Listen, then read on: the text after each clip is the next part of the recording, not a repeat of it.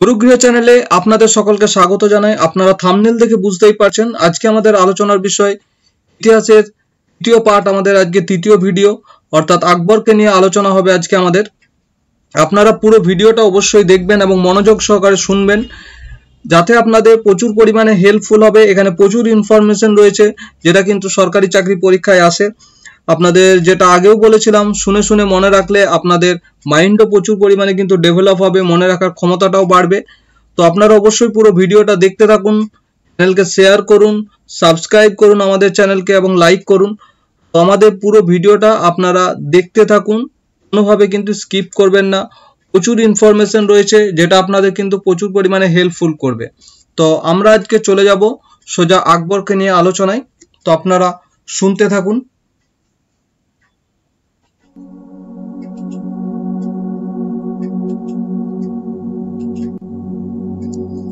সাম্রাজ্যের সম্প্রসার ও সংহতি।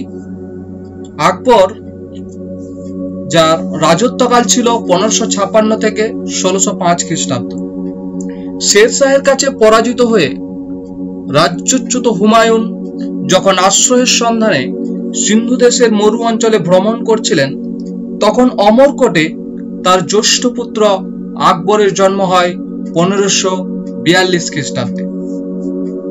তো এই আকবরকে নিয়ে আমরা আজকে আলোচনায় পর্ব রয়েছে।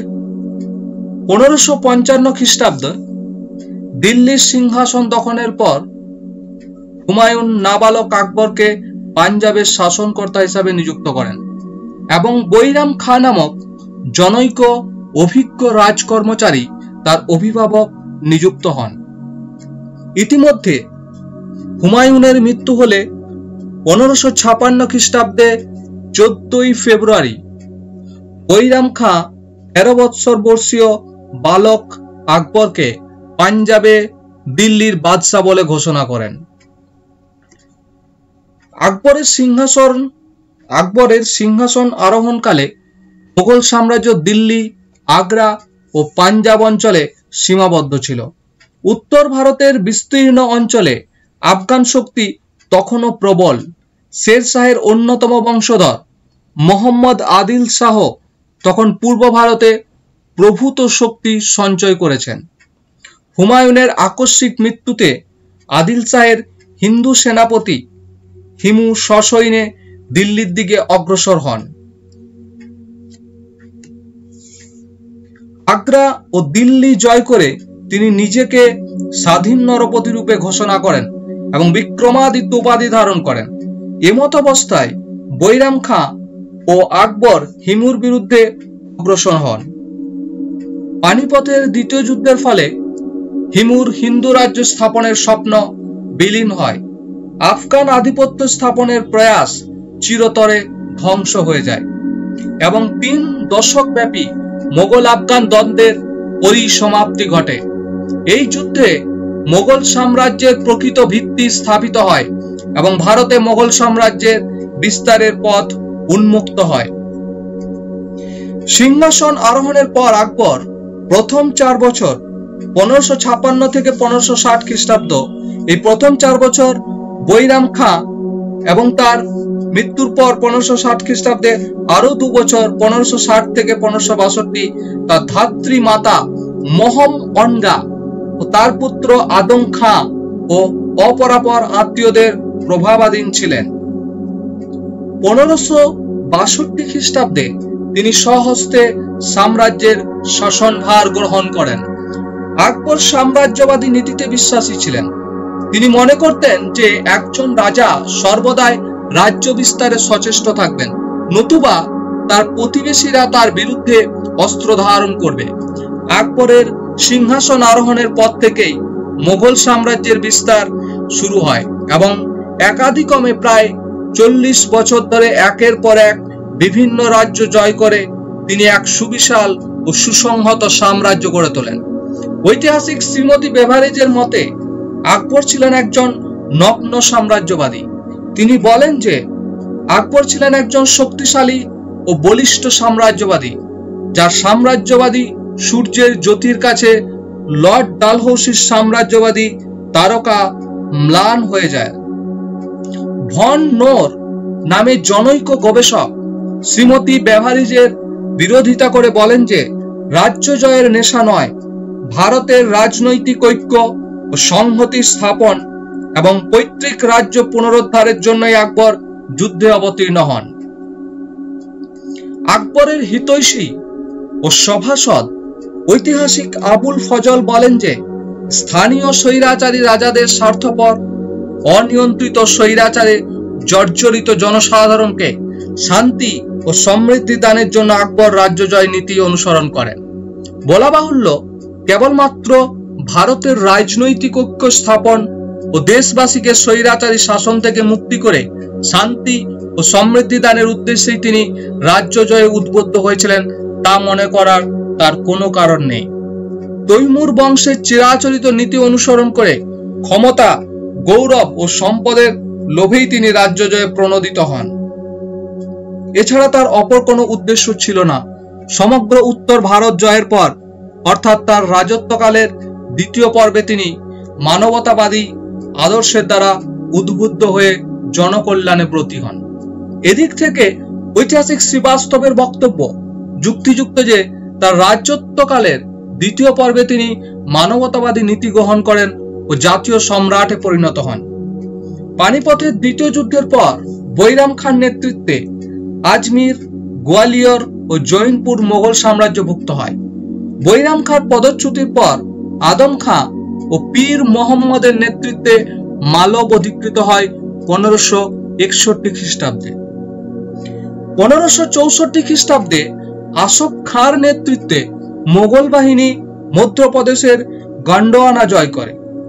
নাবালক হিন্দু রাজা বীর নারায়ণ ও রাজমাতা রানী দুর্গাবতী বীর বিক্রমে যুদ্ধ করে প্রাণ বিসর্জন দেন।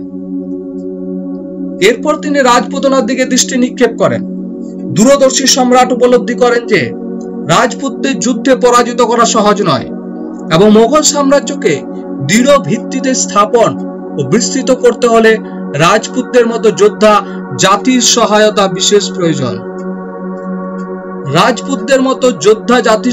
বিশেষ প্রয়োজন। তিনি রাজপুতদের বন্ধুত্ব কামনা করতেন এবং তাদের বশ্যত শিকারের বিনিময়ে তিনি তাদের স্বায়ত্ত শাসন ও অন্যান্য সুযোগ সুবিধা দানে প্রস্তুত ছিলেন।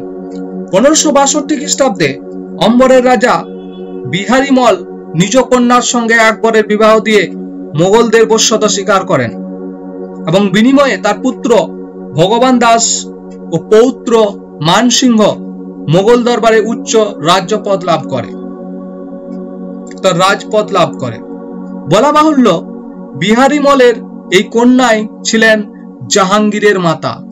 1570 খ্রিস্টাব্দে তিনি বিকানির রাজকন্যাকে বিবাহ করে এবং 1584 খ্রিস্টাব্দে ভগবান দাসের কন্যার সঙ্গে নিজ পুত্র সেলিমের বিবাহ দেন।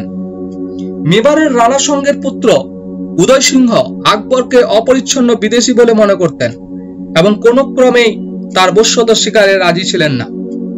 1567 খ্রিস্টাব্দে আকবর মেবারের রাজধানী চিতোর অবরোধ করেন।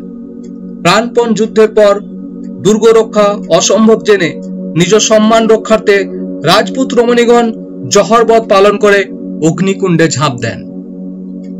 দুর্গ দখলের পর আকবর 30,000 দুর্গবাসীকে হত্যা করেন এবং উদয় সিংহ চিতোর থেকে বাধ্য হন।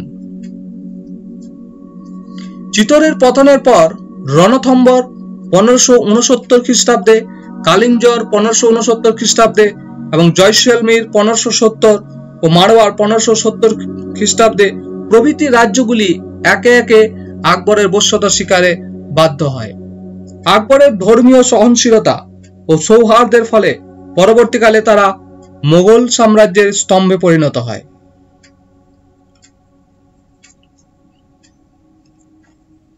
রাজধানী চিতোরের পতন হলেও মেবারের রাজ্য কিন্তু আকবরের বশ্যতা স্বীকার করেনি। উদয় সিংহের পুত্র প্রতাপ সিংহ চরম দুঃখ দারিদ্র্যের মধ্যেও মোগলদের বিরুদ্ধে যুদ্ধ চালিয়ে যান এবং মৃত্যুর পূর্বে চিতোর ব্যতীত মেবারের অধিকাংশই তিনি পুনরুদ্ধার করেন। বীর পুত্র অমর সিংহ এর আমলেই আকবর মেবারের জয়ের চেষ্টা করেন, কিন্তু সে চেষ্টা ফলবর্তী হয়নি। 1572 খ্রিস্টাব্দে তিনি গুজরাট এবং 1573 খ্রিস্টাব্দে তিনি সুরাট জয় করেন। গুজরাট জয়ের ফলে মোগল সাম্রাজ্য পশ্চিমের সমুদ্র উপকূল পর্যন্ত বিস্তৃত হয় এবং এই অঞ্চলের বন্দরগুলির মাধ্যমে মোগলদের বহির্বাণিজ্য সমৃদ্ধতর হয়ে ওঠে, যা সাম্রাজ্যের আর্থিক বুনিয়াদ সুদৃঢ় করে। গুজরাট দখলের মাধ্যমে আকবর সর্বপ্রথম পর্তুগিজদের সংস্পর্শে আসেন। সমুদ্র উপকূলের সঙ্গে সংযোগ স্থাপিত হওয়ায় মোগলরা নৌবাহিনী গড়ে তোলার সুযোগ পায় এবং গুজরাটের মধ্য দিয়ে দাক্ষিণাত্যের দরজা মোগলদের কাছে উন্মুক্ত হয়। বাংলার আফগান নায়ক সুলেমান কররানীর পুত্র দাউদ মোগল প্রভুত্ব অস্বীকার করলে 1576 খ্রিস্টাব্দে আকবর বাংলা জয় করেন। এ সত্ত্বেও বাংলায় মোগল আধিপত্য সুদৃঢ়ভাবে স্থাপিত হয়নি, কারণ বারভূঁইয়া নামে পরিচিত বাংলার কয়েকজন প্রভাবশালী হিন্দু মুসলিম জমিদার দীর্ঘদিন ধরে মোগলদের বিরুদ্ধে সশস্ত্র প্রতিরোধ গড়ে তোলেন। অবশেষে মানসিংহের চেষ্টায় বাংলায় মোগল শাসন সুপ্রতিষ্ঠিত হয়। 1592 খ্রিস্টাব্দে তিনি উড়িষ্যা জয় করেন। কাবুলের শাসনকর্তা বৈমাত্রীয় ভাতা মির্জা মোহাম্মদের মৃত্যুর পর 1585 খ্রিস্টাব্দে আকবর কাবুল জয় করেন। এর কয়েক বছরের মধ্যেই তিনি কাশ্মীর, 1592 খ্রিস্টাব্দে সিন্ধু, 1595 খ্রিস্টাব্দে বেলুচিস্তান এবং 1595 খ্রিস্টাব্দে কান্দাহার প্রভৃতি উত্তর পশ্চিম সীমান্ত অঞ্চলের রাজ্যগুলি জয় করেন। এইভাবে 1595 খ্রিস্টাব্দের শেষে আকবর হিমালয় থেকে নর্মদা এবং হিন্দকুশ থেকে ব্রহ্মপুত্র পর্যন্ত বিস্তৃত এক সুবিশাল বিস্তীর্ণ সাম্রাজ্যের অধিপতি হন। এরপর আকবরের দাক্ষিণাত্য বিজয়ে মনোনিবেশ করেন। 1595 খ্রিস্টাব্দে মোগল বাহিনী আহমদনগর অবরোধ করলে নাবালক সুলতানের অভাবিকা চাঁদ বিবি বেরার নামক স্থানটি অর্পণ করে মোগলদের সঙ্গে সন্ধি করেন। চাঁদ বিবির মৃত্যুর পর 1600 খ্রিস্টাব্দে আহমদনগর শহরটি মোগলরা দখল করে। 1599 খ্রিস্টাব্দে আকবর খানদেশের রাজধানী বুরহানপুর এবং 1601 খ্রিস্টাব্দে আসিরগড় দুর্গ দখল করেন। এটিই তার শেষ অভিযান। দাক্ষিণাত্যের নববিজিত রাজ্যগুলিকে আহমদনগর, বেরার ও খানদেশ এই তিনটি সুবায় বিভক্ত করে এবং পুত্র দানিয়েলকে তার শাসনকর্তা নিযুক্ত করে 1601 খ্রিস্টাব্দে আকবর দিল্লিতে ফিরে আসেন। মোট 18টি সুবায় বিভক্ত আকবরের সাম্রাজ্য উত্তরে হিমালয় থেকে দক্ষিণে গোদাবরী এবং পশ্চিমে হিন্দুকুশ থেকে পূর্বে ব্রহ্মপুত্র পর্যন্ত বিস্তৃত ছিল। আমরা একবার জানবো এবার আকবরের শাসন ব্যবস্থা নিয়ে। কেবলমাত্র সমরকুশলী বীর হিসাবেই নয়, একজন সুশাসক হিসাবেও আকবর ইতিহাসে স্মরণীয় হয়ে আছেন। প্রকৃতপক্ষে আকবরই হলেন ভারতে মোগল শাসন ব্যবস্থার প্রবর্তক। ঔদার্য, বিচক্ষণতা, দূরদর্শিতা, প্রজাহিতৈষণা ও ধর্ম নিরপেক্ষতা হলো তার শাসন ব্যবস্থার অন্যতম বৈশিষ্ট্য। ঐতিহাসিক রিজভিয়ের মতে আকবরের শাসন ব্যবস্থা শের শাহ প্রবর্তিত শাসন ব্যবস্থার অনুকরণ। ঐতিহাসিক স্যার যদুনাথ সরকারের মতে আকবরের শাসন ব্যবস্থা হলো ভারতীয় ভিত্তির ওপর আরবীয় পারসিক ভাবধারায় মিশ্রণ। ঐতিহাসিক ঈশ্বরী প্রসাদের মতে মোগল শাসন ব্যবস্থার কোনো মৌলিকত্ব ছিল না, তা দেশি ও বিদেশি আদর্শের মিশ্রণ। দেশি বিদেশি বহু উপাদানে তার শাসন ব্যবস্থা গঠিত হলেও তাতে যে মৌলিকত্ব কিছু ছিল সে সম্পর্কে সন্দেহ নেই। আকবর উদ্ভাবক ছিলেন না সত্য, কিন্তু দেশি বিদেশি বিভিন্ন ভাবধারায় সমন্বয়ে সুদক্ষ শাসন ব্যবস্থা গড়ে তুলতে গেলে যে অসামান্য প্রতিভার প্রয়োজন তা আকবরের ছিল। প্রচলিত ভারতীয় রীতিনীতি, গ্রামীণ স্বায়ত্ত শাসন ব্যবস্থা কোনো কিছুই আকবরের উপেক্ষা করেননি। তিনি শাসন ব্যবস্থা জনসাধারণের সমর্থনের উপরই নির্ভরশীল ছিল। উদারতা, ধর্ম সহিষ্ণুতা ও প্রজাবর্গের সর্বাধিক কল্যাণ সাধনই ছিল তার শাসন নীতির প্রধান বৈশিষ্ট্য। পরবর্তী মোগল সম্রাটরা তো বটেই, এমনকি ইংরেজ শাসকগণও অনেকাংশে তার শাসন নীতিকে গ্রহণ করেন। তার কেন্দ্রীয় শাসন যেটা ছিল, শাসন ব্যবস্থার সম্রাট ছিলেন সর্বেসর্বা। তার ক্ষমতা ছিল অসীম। তিনি দৈব সত্য, সিংহাসনের সার্বভৌমত্ব ও স্বৈরতান্ত্রিক ক্ষমতায় বিশ্বাসী ছিলেন। তবে একথা ঠিকই যে তিনি অত্যাচারী শাসক ছিলেন না। তিনি নিজেকে প্রজাবর্গের অভিভাবক ও পালক বলে মনে করতেন এবং তার শাসন ব্যবস্থার মূল লক্ষ্যই ছিল জনকল্যাণ। সম্রাটকে সাহায্য করার জন্য কয়েকজন মন্ত্রী ছিলেন। সম্রাটের পরেই তিনি ছিলেন ভকিল বা প্রধানমন্ত্রী। দেওয়ান বা অর্থমন্ত্রী রাজস্ব বিভাগের ভারপ্রাপ্ত ছিলেন। মীর বক্সি ছিলেন সামরিক বিভাগের প্রধান। সদর উস সুদূর ছিলেন ধর্ম, দাতব্য প্রতিষ্ঠান ও দান বিভাগের অধিকর্তা। কাজী উল কাজাত বা প্রধান কাজী ছিলেন সম্রাটের অধীনে প্রধান বিচারক। মীর সামান ছিলেন সম্রাটের গৃহ পরিচালনার ভারপ্রাপ্ত কর্মচারী। মুহৎসিব ছিলেন জনসাধারণের মধ্যে ধর্ম ও নৈতিকতা প্রচারের ভারপ্রাপ্ত।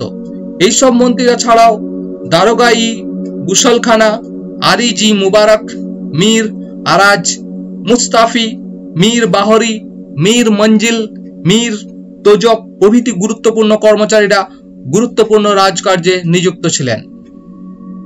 তার রাজস্ব ব্যবস্থা কিরকম ছিল আমরা জেনে নিই। আকবরের ভূমি রাজস্ব পথ কর, বন কর, জল কর, বাণিজ্য শুল্ক, জরিমানা, নজরানা প্রভৃতি বিভিন্ন খাতে রাজস্ব আদায় করতেন।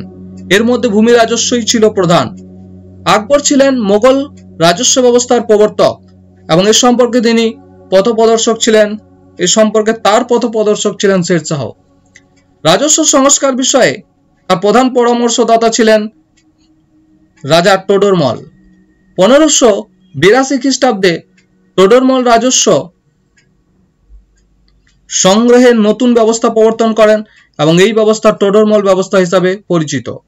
এই ব্যবস্থার ফলে জমি জরিপ করে জমির উৎপাদিকা শক্তি এবং জমিতে কতদিন ধরে চাষ করা হচ্ছে এইসব তথ্যের ভিত্তিতে সাম্রাজ্যের বিভিন্ন অংশে আঞ্চলিক ভিত্তিতে তিন ধরনের রাজস্ব সংগ্রহ পদ্ধতি প্রবর্তিত হয়।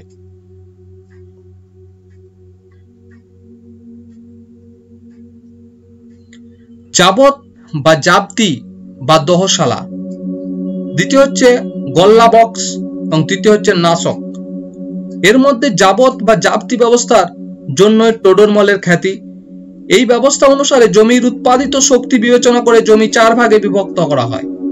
প্রথম হচ্ছে পোলাজ, যে জমিতে সারা বছর চাষ হয়। দ্বিতীয় হচ্ছে পরৌতি, যে জমি কিছুকাল চাষের পর উর্বরতা সঞ্চয়ের জন্য পতিত করে রাখতে হয়। তৃতীয় হচ্ছে চাচর, যে জমি 3-4 বছরের জন্য পতিত রাখা হয়। এবং চতুর্থ হচ্ছে বাঞ্জার, যে জমি 5 বছরের অধিক কাল পতিত রাখা হতো। প্রথম 3 শ্রেণীর জমিকে উত্তম, মধ্যম ও অধম 3 পর্যায়ে বিভক্ত করে উৎপাদনের গড় পর্তা হিসাবে তৈরি করে উৎপাদিত শস্যের 1/3 রাজস্ব স্থির করা হতো। রাজস্ব নগদ টাকা বা শস্যে দেওয়া যেত। জাবতি ব্যবস্থা বিহার, এলাহাবাদ, মালব, অযোধ্যা, দিল্লি, লাহোর, মুলতান, রাজপুতনা অর্থাৎ উত্তর ভারতের এক বিস্তীর্ণ অঞ্চলে প্রচলিত ছিল। গল্লা বকস বা বাতাই প্রথা অনুসারে উৎপন্ন ফসলের 1/3 সরকারকে দিতে হতো। এই প্রথায় জমি জরিপ হতো না। এই ব্যবস্থা সিন্ধু দেশ, কাশ্মীর, কান্দাহার ও কাবুলের কিছু অংশে প্রচলিত ছিল। নাস্ক প্রথা অনুসারে মোটামুটি একটি অনুমানের ওপর রাজস্ব স্থির করা হতো। জমি জরিপ করে উৎপাদিকা শক্তির ওপর ভিত্তি করে নয়। এই ব্যবস্থা কাথিয়াবাড়, গুজরাট ও বাংলাদেশে চালু ছিল। কেন্দ্রে দেওয়ান ছিলেন রাজস্ব বিভাগের ভারপ্রাপ্ত মন্ত্রী। প্রদেশগুলিতেও একজন করে দেওয়ান থাকতেন। প্রত্যেক সরকারে আমিন, বিতিকচি, পোদ্দার, কানুনগো, মুকাদ্দম ও পাটোয়ারি প্রভৃতি কর্মচারীরা রাজস্ব আদায়ের কাজ করতেন। বিচার ব্যবস্থা যেটা ছিল, সম্রাট ছিলেন সাম্রাজ্যের সর্বপ্রধান বিচারক। তিনি নিয়মিতভাবে দরবারে হাজির থেকে বিচার কার্য পরিচালনা করতেন। প্রধান কাজী বা কাজী উল কাজাত ছিলেন বিচার বিভাগের সর্বোচ্চ কর্মচারী। এছাড়া সদর উস সুদূর, মীর আদল প্রভৃতি কর্মচারীরা বিচার ব্যবস্থায় গুরুত্বপূর্ণ ভূমিকা পালন করতেন। মুসলিম ও হিন্দু আইন অনুসারে বিচার পরিচালিত হতো। গ্রাম পঞ্চায়েত গ্রামের বিচারাদি নিষ্পন্ন করত। একমাত্র সম্রাটই মৃত্যুদণ্ড প্রদানের অধিকারী ছিলেন। এরপর আমরা জানব মনসবদারি প্রথা বিষয়ে। মোগল আমলের সামরিক ও বেসামরিক শাসন ব্যবস্থার মূল ভিত্তি ছিল আকবর প্রবর্তিত মনসবদারি প্রথা। এই প্রথা অনুসারে সাম্রাজ্যের সকল পদস্থ কর্মচারী বেসামরিক কাজকর্মের সঙ্গে সামরিক দায়িত্ব পালনে বাধ্য ছিলেন। মনসব কথাটির অর্থ হলো পদমর্যাদা। যিনি এই পদমর্যাদার অধিকারী ছিলেন তাকে বলা হতো মনসবদার। এই প্রথা অনুসারে প্রত্যেক মনসবদারকে নির্দিষ্ট পরিমাণ সেনা ও ঘোড়া রাখতে হতো এবং তাদের পদমর্যাদা অনুসারে তাদের বেতন স্থির করা হতো। পদমর্যাদা ও দায়িত্ব অনুসারে মনসবদাররা 33টি স্তরে বিভক্ত ছিলেন। তারা 10 থেকে 5,000 পর্যন্ত যে কোনো পরিমাণ সৈন্যের মনসবদার হতে পারতেন। আকবরের রাজত্বকালের শেষে তা 7,000-এ ওঠে। রাজ পরিবারের লোকেরা 10,000 পর্যন্ত মনসব পেতেন। এইসব মনসবদারেরা যুদ্ধকালে সম্রাটকে সৈন্য পাঠাতে বাধ্য ছিলেন। মনসবদারদের নিয়োগ, পদোন্নতি, বদলি, অপসারণ সবকিছু সম্রাটের ইচ্ছার উপর নির্ভর করত। উত্তরাধিকার সূত্রে কেউ মনসবদারি পেতেন না, কর্ম নিপুণতার মাধ্যমে তা অর্জন করতে হতো। এর সাথে আমরা জানবো জায়গিরদার প্রথাও। মনসবদাররা সাধারণত নগদ বেতন পেতেন। অনেক মনসবদার আবার বেতনের পরিবর্তে নির্দিষ্ট পরিমাণ জমি জায়গির পেতেন। এই ধরনের মনসবদারদের জায়গিরদার বা তুলদার বলা হতো। সম্রাট তাদের কাজের ওপর সর্বদা নজর রাখতেন এবং তারা রাজস্ব হিসাবে কেবলমাত্র তাদের বেতনের সমপরিমাণ অর্থই আদায় করতে পারতেন, তার বেশি নয়। জায়গির কখনোই বংশানুক্রমিক ছিল না বা কোনো জায়গিরদারি তার জায়গিরে স্থায়ীভাবে 2-4 বছরের বেশি থাকতে পারতেন না। জমির ওপর তার কোনো স্থায়ী সত্ত্ব থাকতো না, কিন্তু জমিদাররা জমির মালিক ছিলেন এবং তার স্থায়ী ও বংশানুক্রমিকভাবে জমি ভোগ দখল করতেন। সেনাবাহিনী পদাতিক, অশ্বারোহী, গোলন্দাজ ও নৌবাহিনী নিয়ে তার সেনাদল গড়ে ওঠে। তার একটি হস্তি বাহিনীও ছিল। তার সেনাবাহিনীতে বিভিন্ন জাতি ও দেশের লোক থাকায় তা জাতীয় বাহিনী হিসাবে গড়ে উঠতে পারেনি। অর্থাৎ তার একটি হস্তি বাহিনীও ছিল, তার সেনাবাহিনীতে বিভিন্ন জাতি ও দেশের লোক থাকায় তা জাতীয় বাহিনী হিসাবে গড়ে উঠতে পারেনি। প্রাদেশিক শাসন। শাসন কার্যের সুবিধার জন্য আকবর তার সাম্রাজ্যকে 15টি সুবা বা প্রদেশে বিভক্ত করেন, মতান্তরে 12টি। প্রত্যেকটি সুবা কয়েকটি সরকার, কয়েকটি পরগনা এবং প্রতিটি পরগনা আবার কয়েকটি গ্রামে বিভক্ত ছিল। সুবাইয়ের প্রধান শাসনকর্তা ছিল সুবাদার, নাজিম বা সিপাহ সালার। সুবাদার ছাড়াও প্রত্যেক প্রদেশে একজন করে দেওয়ান থাকতেন এবং তিনি সুবাদারের কর্তৃত্ব থেকে সর্বতভাবে মুক্ত ছিলেন। তিনি রাজস্ব সংক্রান্ত সকল বিষয় তদারক করতেন ও দেওয়ানি বিচারের ভারপ্রাপ্ত ছিলেন। অনুরূপভাবে জেলাগুলিতেও ছিলেন ফৌজদার ও দেওয়ান। গ্রামাঞ্চলে কানুনগো, মুকাদ্দাম, পাটোয়ারি প্রভৃতি কর্মচারীগণ বিভিন্ন বিভাগের ভারপ্রাপ্ত ছিলেন। আকবর প্রবর্তিত শাসন ব্যবস্থায় নানা ত্রুটি সত্ত্বেও একথা অনস্বীকার্য যে তদানীন্তন শাসন ব্যবস্থায় তিনি নানা উন্নতি সাধন করেছিলেন। দূরদৃষ্টি সম্পন্ন শাসক আকবরের শাসনের মূল ভিত্তি ছিল যে উদারতা, সহনশীলতা, ধর্মনিরপেক্ষতা ও সমদৃষ্টি। জাতি ধর্ম নির্বিশেষে সকল প্রজাকে সমান অধিকার ও মর্যাদায় প্রতিষ্ঠিত করে তিনি নিজেই সত্যই জাতীয় সম্রাটে পরিণত হয়েছিলেন। আমরা জানবো আকবরের ধর্মমত নিয়ে। ভারতবর্ষে মুসলিম শাসকবর্গের মধ্যে আকবর ছিলেন সর্বাপেক্ষা উদার ও পরধর্মমত সহিষ্ণুতার প্রবর্তক। ভারতবর্ষে তিনিই প্রথম মুসলিম শাসক যিনি রাজনীতি থেকে ধর্মকে সম্পূর্ণভাবে পৃথক করেন এবং রাষ্ট্রকে উলেমাদের প্রভাব থেকে মুক্ত করে ভারতে একটি জাতীয় রাষ্ট্র গঠনে সচেষ্ট হন। আকবরের উদার ধর্মনীতির মূলে বিভিন্ন প্রভাব কার্যকর ছিল। প্রথমত নিজ বংশধারা ও মাতা হামিদা বানু বেগম এবং কাবুলে অবস্থানকালে সুফি পণ্ডিতদের সংস্পর্শ ও গৃহশিক্ষক আব্দুল লতিফের প্রভাবে তার মনে উদারতার বীজ বপন করে। দ্বিতীয়ত রাজপুত মহিষীদের প্রভাব এবং শেখ মুবারক ও তার 2 পুত্র ফৈজি ও আবুল ফজল এর সঙ্গে নিবিড় বন্ধুত্ব তাকে যথেষ্ট প্রভাবিত করে। দ্বিতীয়ত, বিভিন্ন ধর্মমতের প্রচারকদের নিবিড় সাহচর্যে তার চিন্তাধারায় আমূল পরিবর্তন ঘটে। এছাড়া বলা যায় যে ষোড়শ শতক হল ধর্ম সংস্কার আন্দোলনের যুগ। ভক্তি আন্দোলন ও সুফি মতবাদ এই যুগে এক নতুন আবহাওয়ার সৃষ্টি করে। তাই বলা যায় যে আকবর কেবলমাত্র এই শতাব্দীর সন্তান ছিলেন না, তিনি ছিলেন এই যুগের সর্বোত্তম প্রতিনিধি। প্রথম জীবনে তিনি নিষ্ঠাবান সুন্নি মুসলমান ছিলেন। শেখ মুবারক ও তার দুই পুত্রের সংস্পর্শে এসে তিনি যুক্তিবাদী মুসলিমে পরিণত হন এবং 1575 খ্রিস্টাব্দে ফতেপুর সিক্রিতে তিনি ইবাদতখানা নির্মাণ করে ধর্ম ও দর্শনের মূল বিষয়গুলি সম্পর্কে আলোচনার জন্য সর্বরকম ব্যবস্থা করে। প্রথম দিকে সেখানে কেবলমাত্র ইসলাম ধর্ম নিয়েই আলোচনা হতো, কিন্তু সম্রাট এতে সন্তুষ্ট হতে না। পরে সেখানে হিন্দু, মুসলিম, খ্রিস্টান, জৈন, পার্সি প্রভৃতি বিভিন্ন ধর্মজ্ঞানীদের আহ্বান জানান। এইসব ধর্মজ্ঞানীদের মধ্যে উল্লেখযোগ্য ছিলেন হিন্দু পণ্ডিত পুরুষোত্তম ও দেবী, জৈন প্রচারক হরিবিজয় সুরি ও বিজয় সেন সুরি এবং জেসুইট ধর্মযাজক ফাদার একোয়াভাইবা ও মনস্যারেট। এইসব ধর্মবিজ্ঞানীদের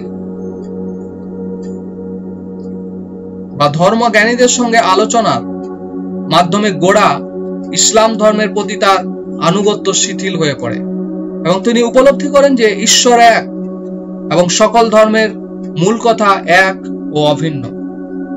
ঐতিহাসিক ডক্টর মাখনলাল রায়চৌধুরী আকবরের এই নতুন উপলব্ধির পশ্চাতে দুটি কারণ দেখিয়েছেন। প্রথমত, তিনি উপলব্ধি করেন যে হিন্দু প্রধান ভারতে সুদৃঢ় সাম্রাজ্য প্রতিষ্ঠা করতে গেলে সংখ্যাগরিষ্ঠ হিন্দুদের দূরে সরিয়ে রাখলে চলবে না। দ্বিতীয়ত, সম্ভবত তার ধারণা হয়েছিল যে গোড়া মুসলিমদের হাতে তার জীবন বিপন্ন হতে পারে। হয়তো এই কারণে গোড়া উলেমাদের কাছ থেকে নিজেকে নিরাপদে দূরে সরিয়ে রাখা ও উদার মতাবলম্বী পার্শ্বচ দ্বারা পরিবৃত করাই ছিল তার উদ্দেশ্য। এর ফলে 1579 খ্রিস্টাব্দে তিনি ফতেপুর সিক্রির মসজিদের ইমামকে সরিয়ে দিয়ে নিজে উপাসনা পরিচালনা করতে শুরু করলেন এবং এক মাজাহার বা নির্দোষনামা জারি করে বলেন যে তিনি হলেন ইমাম-ই আদিল, অর্থাৎ ইসলামিক আইনের চূড়ান্ত ব্যাখ্যাকার এবং সাম্রাজ্যের সর্বপ্রকার জাগতিক ও ধর্মীয় বিষয়ের প্রধান। তিনি জানান যে ইসলাম ধর্ম ও কোরআনের কোনো ব্যাখ্যা নিয়ে মতপার্থক্য দেখা দিলে সম্রাটের সিদ্ধান্ত চূড়ান্ত বলে বিবেচিত হবে। ঐতিহাসিক স্মিথ এই ঘোষণাপত্রটিকে অভ্রান্ত নির্দেশনামা বলে অভিহিত করেছেন। তিনি বলেন যে এই ঘোষণাপত্র জারির 2-1 বছরের মধ্যে আকবর ইসলাম বিরোধী হয়ে ওঠেন। বলা বাহুল্য, স্মিথের এই বক্তব্যের সমর্থনে কোনো তথ্য পাওয়া যায় না, বরং বলা যায় যে উলেমাদের প্রভাব খর্ব করে বিভিন্ন ধর্মের মধ্যে সমন্বয় সাধন করাই ছিল আকবরের উদ্দেশ্য। 1582 খ্রিস্টাব্দে ধর্মচিন্তার বিবর্তনের তিনি শেষ স্তরে উপনীত হয়ে দিন-ই-ইলাহি নামে এক নতুন একেশ্বরবাদী ধর্মমতের প্রবর্তন করেন। সকল ধর্মের সারবস্তু নিয়ে এই ধর্মমত গঠিত এবং এই ধর্মমতে কোনো সাম্প্রদায়িকতা, অন্ধবিশ্বাস, দেবতা, দেব মন্দির, পুরোহিত বা ধর্মগ্রন্থের স্থান ছিল না। স্বয়ং সম্রাটই ছিলেন এর প্রবক্তা এবং যে কোনো মানুষ এই ধর্মমত গ্রহণ করতে পারত। নবপ্রচারিত এই ধর্মমত এত বেশি তাত্ত্বিক ছিল যে কেবলমাত্র 18 জন বিশিষ্ট মুসলিম ও একজন বিশিষ্ট হিন্দু বীরবল এই ধর্মমত গ্রহণ করেন এবং আকবরের মৃত্যুর সঙ্গেই এই ধর্মমতেরও সমাধি রচিত হয়। ঐতিহাসিক স্মিথের মতে এই নবধর্মমত আকবরের বুদ্ধিহীনতার স্মৃতিস্তম্ভ ছিল।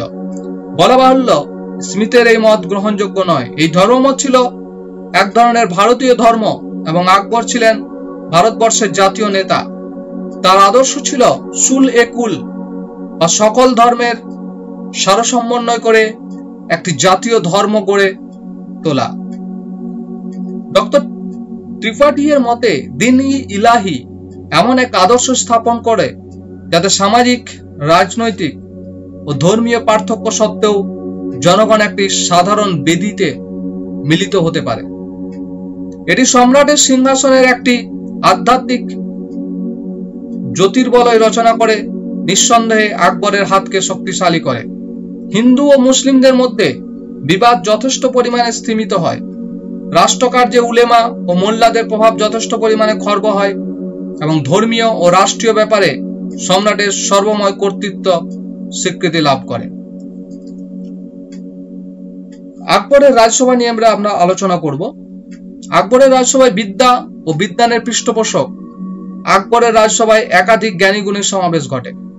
আকবরনামা আইনি আকবরী গ্রন্থের রচয়িতা ঐতিহাসিক আবুল ফজল ও তাবাকাত ই আকবরী প্রণেতা নিজামুদ্দিন, মুন্তাখাবুল তারিখ গ্রন্থের রচয়িতা বোদায়নী, কবি ফৌজি ও জালালউদ্দিন উরফি, হাস্যরসিক বীরবল, সঙ্গীতজ্ঞ তানসেন ও বজ্র বাহাদুর, চিত্রকর সৈয়দ আলী ও আব্দুল সামাদ, হস্তলিপি শিল্পী মোহাম্মদ হুসেন ও আব্দুর রহিম তার রাজসভা অলঙ্কৃত করতেন।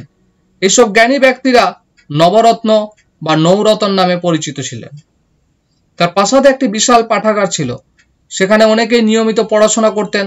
সম্রাট ব্যক্তিগতভাবে হিন্দি ও ফার্সি সাহিত্যের পৃষ্ঠপোষকতা করতেন। এই যুগে বেশ কিছু উল্লেখযোগ্য হিন্দি ও ফার্সি গ্রন্থ রচিত হয়। রামচরিত মানস রচয়িতা বিখ্যাত হিন্দি কবি তুলসীদাস এবং হিন্দু গীতিকাব্য সুরসাগর এর স্রষ্টা ভক্তকবি সুরদাস এই যুগেই খ্যাতি লাভ করেন। তিনি একটি অনুবাদ বিভাগ প্রতিষ্ঠিত করেন এবং সেখানে একটা অথর্ববেদ, গীতা, মহাভারত, রামায়ণ, পঞ্চতন্ত্র, কোরআন ও বাইবেল অনুমোদিত হয়। তিনি নতুনভাবে বিদ্যালয়ের পাঠ্যক্রম তৈরিরও নির্দেশ দেন এবং নৈতিক শিক্ষা, গণিত, ইতিহাস, ন্যায়শাস্ত্র, কৃষিবিদ্যা প্রভৃতির উপর গুরুত্ব আরোপ করে। আকবরের আমলের আমরা শিল্পকলা সম্বন্ধে জেনে নেব। শিল্পকলার ইতিহাসও আকবরের আমল এক স্মরণীয় অধ্যায়। তার আমলে বহু প্রাসাদ, সমাধি, উদ্যান ও দুর্গ নির্মিত হয়। তার আমলে যে শিল্পরীতি গড়ে ওঠে তাতে ভারতীয় ও পারসিক শিল্পরীতির মিশ্রণ লক্ষ্য করা যায়।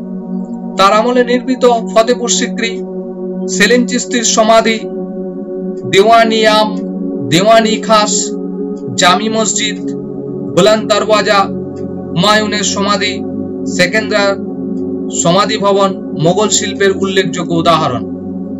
ফতেপুর সিক্রির স্থাপত্য সৌন্দর্যকে ফার্গুসন মহৎ প্রাণের প্রতিবিম্ব বলে অভিহিত করেছেন। স্মিথের মতে তা হলো পাথরের নির্মিত কল্পনা ও স্বপ্ন।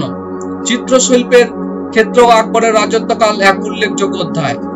চিত্রশিল্পের প্রসারের জন্য তিনি আব্দুস সামাদের নেতৃত্বে একটি স্বতন্ত্র বিভাগ স্থাপন করেন। তার আমলে চিত্রশিল্পে হিন্দু মুসলিম সংস্কৃতির অপূর্ব সমন্বয় পরিলক্ষিত হয়। তিনি প্রায় 100 জন হিন্দু মুসলিম শিল্পীর পৃষ্ঠপোষকতা করতেন। তার আমলে 17 জন বিখ্যাত শিল্পীর মধ্যে 13 জনই ছিলেন হিন্দু। হিন্দু শিল্পীদের মধ্যে বিখ্যাত ছিলেন তারাচাঁদ, জগন্নাথ, যশোবন্ত প্রভৃতি। তারা পারসিক গল্প, রামায়ণ, মহাভারত ও আরব্য উপন্যাসের কাহিনী চিত্রে রূপায়িত করতেন। সঙ্গীতের প্রতিও তার বিশেষ আকর্ষণ ছিল। তার দরবারে হিন্দু, ইরানি, তুরানি, কাশ্মীরি প্রভৃতি বিভিন্ন জাতির 36 জন সঙ্গীতজ্ঞ ছিলেন। গোয়ালিয়রের মিয়া তানসেন ছিলেন তার দরবারের সর্বশ্রেষ্ঠ সঙ্গীতজ্ঞ। তো আজকে আমাদের আকবরের পর্ব এই অবধি, এবং পরবর্তী ভিডিওর জন্য আপনারা অবশ্যই আমাদের চ্যানেলকে সাবস্ক্রাইব করুন, লাইক করুন এবং শেয়ার করুন। এবং আমাদের চ্যানেলে এতক্ষণ ভিডিও দেখার জন্য আপনাদের সকলকে অসংখ্য ধন্যবাদ। আজকে এই পর্যন্তই।